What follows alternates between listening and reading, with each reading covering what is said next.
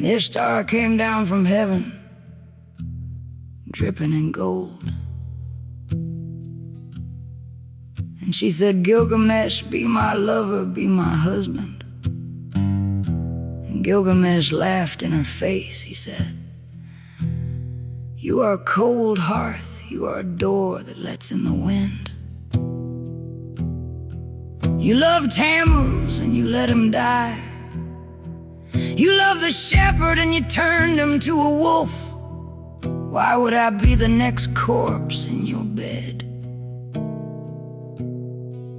And Ishtar went to her father Anu, and she screamed, and she ripped the bull of heaven down to the earth. And the bull snorted and the ground split open, and 100 men fell into the pit, and 100 more.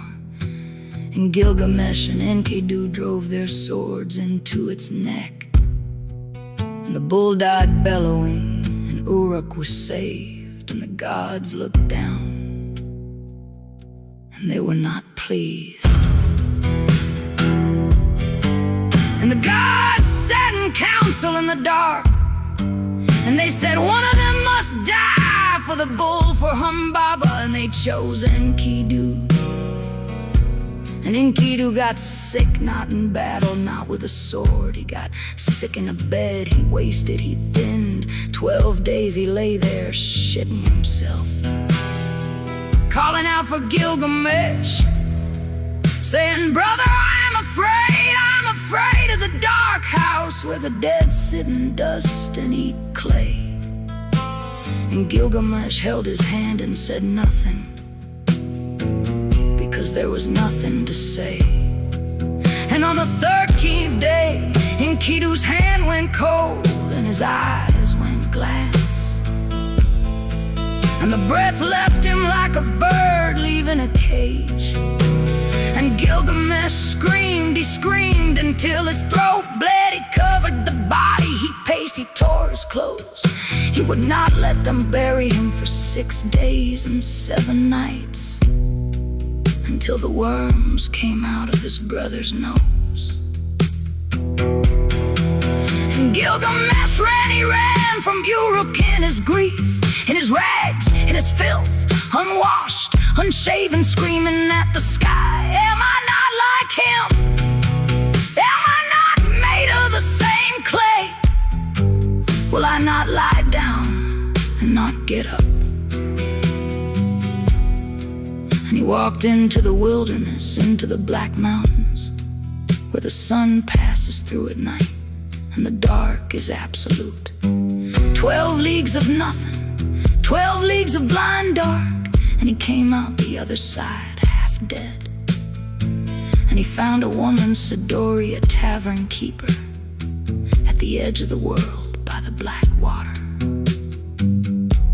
And Sidori looked at him, this broken king in his rags, and she said, Gilgamesh, there is no life you are looking for. The gods kept it for themselves, they gave us death. So eat, drink, wash your face, hold a child. Let your wife be warm in your arms. That is all there is. That is the whole of it. But he would not hear her. He would not. He said, where is Utnapishtim, the one who survived the flood, the one the gods made immortal? Tell me.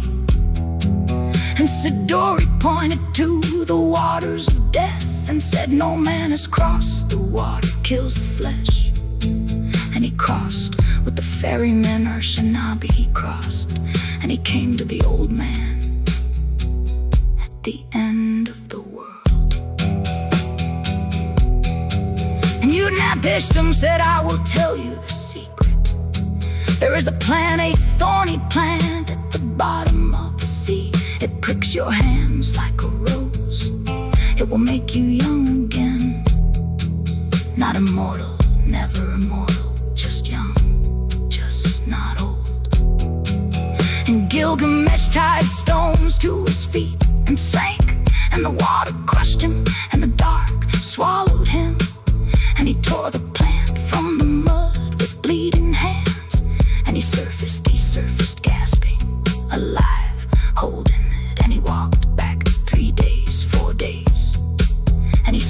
to the pool to wash, and the serpent smelled the plant, and the serpent slid from the grass and took it.